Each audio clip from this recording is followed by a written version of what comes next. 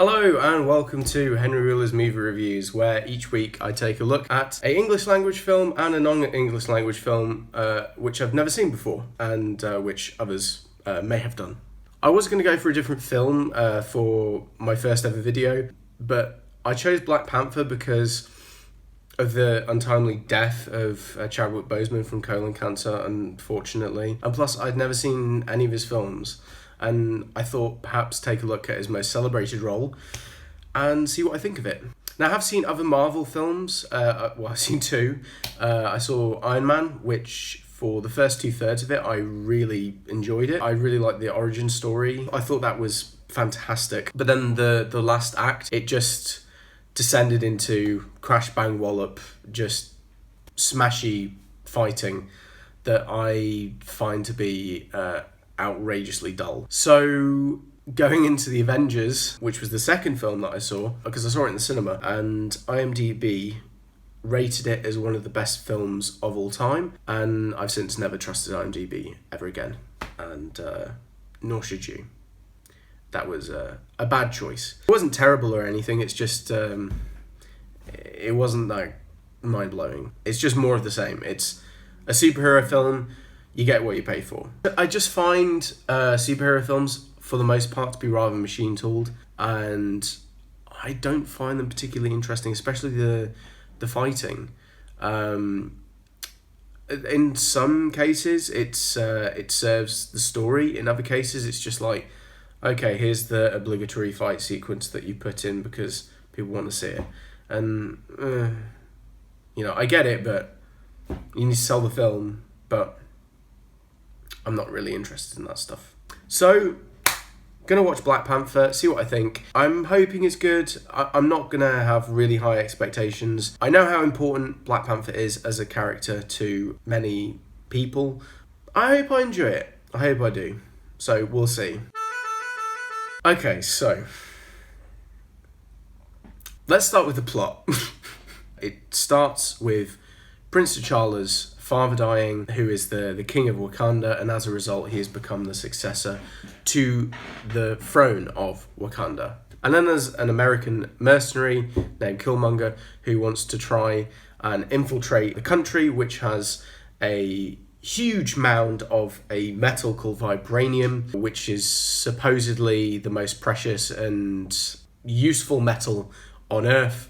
You can create all sorts of crazy weapons with it, and he wants to try and make this a material which is available to everyone, so there can be a huge revolution and all the minorities can rise up and the countries surrounding Wakanda can thrive. That's essentially the plot to a certain extent. But the first thing I want to talk about is the design. I read that Ryan Coogler said that Wakanda is based on Lesotho in terms of like the scale and size of it, which would kind of make sense because it didn't seem like a very big place.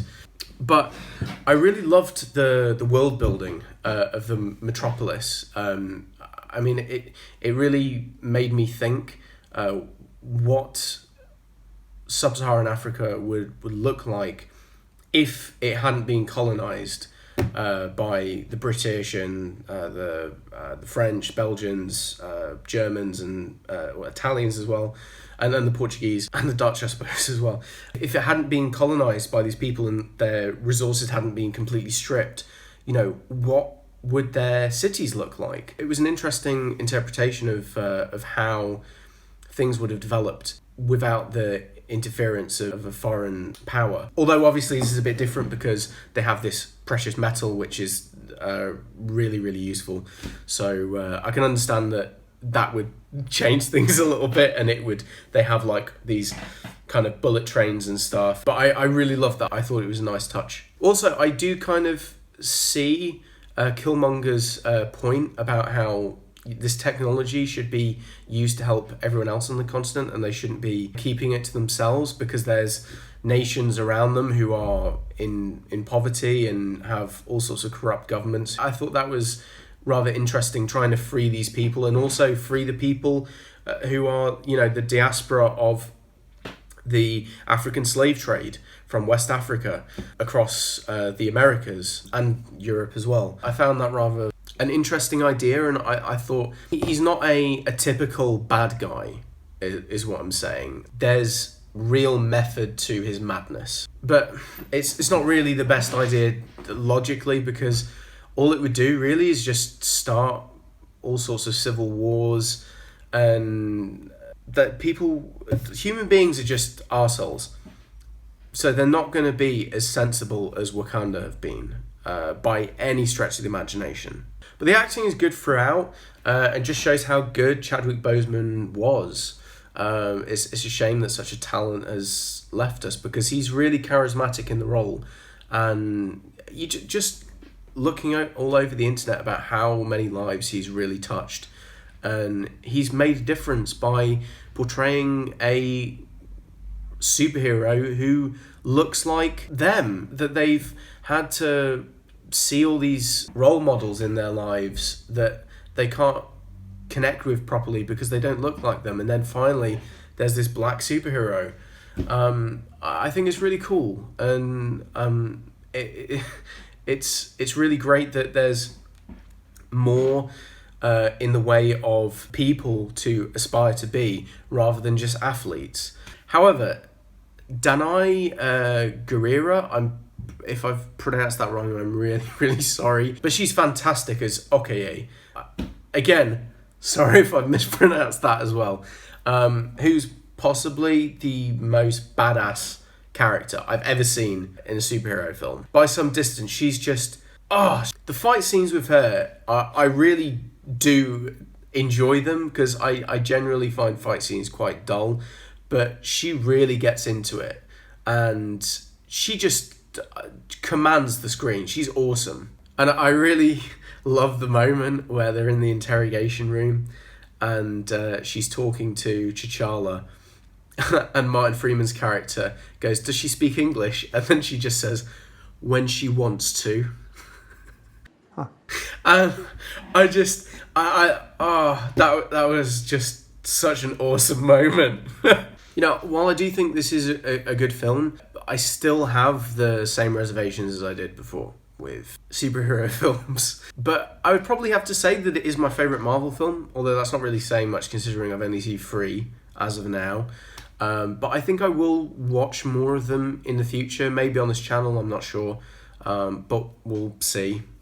Though it's not really a negative per se, the language that they use in Wakanda is from South Africa, Xhosa, when it clearly shows in the opening sequence that this is East Africa, kind of on the cusp of bordering Uganda, Kenya, all those countries. I don't understand why they didn't go for a logical choice and go for a lingua franca that's approximate of that particular area and just make them speak Swahili.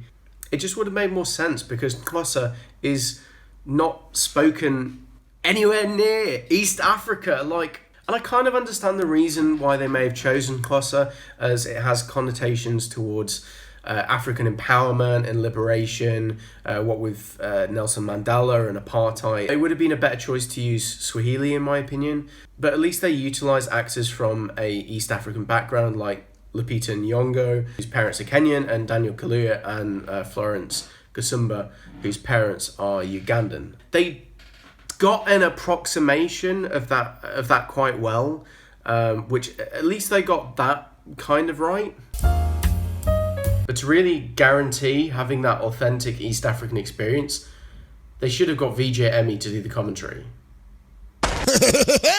Hello! Super feature!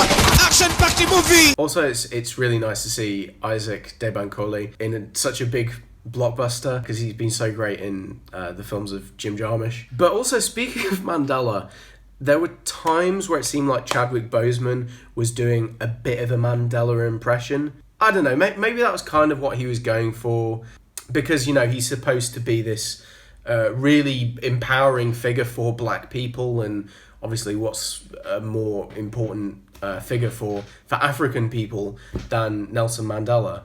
So I sort of understand that, but it was slightly distracting at times. Given that he was learning from doing a South African accent, it would make sense that he would pick up elements of that. And on a similar but kind of different note, I don't really know why they didn't cast Sharlto Copley as Claw. I understand Andy Serkis was playing the character previously in a Avengers film, I think, but it just would have been a really cool bit of casting. I saw him in Free Fire recently, and it just reminded me of just how charismatic he is as a performer, and he's got really great comic timing as well. But it is good to see him in roles that are not just motion capture, because he did have a reputation of being the mocap guy, which I'm glad that he's moved away from a little bit, because he's been fantastic in things like Sex and Drugs and Rock and Roll, for example.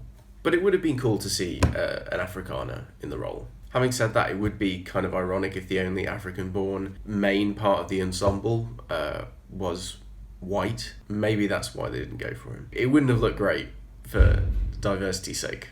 But having said that, Andy Serkis is still really good in the role, and he really is chewing the scenery, taking a big bite out of it. Although I have to mention Letitia Wright as Shuri, who was just so wisecracking and cheeky. I really wouldn't mind her becoming the next Black Panther and having the mantle be passed on to her. Even though Denai Guerrero would just be excellent in that role. I really like the designs that her character made, and the technologies that she creates are really, really cool. I mean, she's a bit like a Q character. Pay attention, Bond.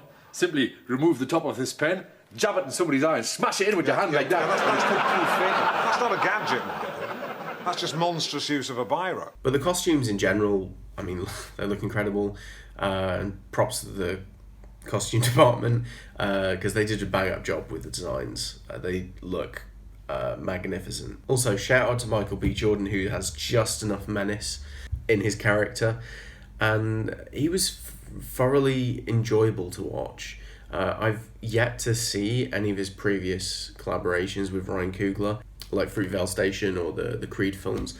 Having said that, I haven't actually seen any Rocky films in general, so maybe I need to rectify that. I'll give this a solid 8 out of 10. But overall, I think this is a really good piece of work. I did enjoy it, and I'm looking forward to maybe seeing more MCU films to see if they break the mold of this, cookie cutter superhero flick. Because I think the best Marvel film that I've seen wasn't a MCU film.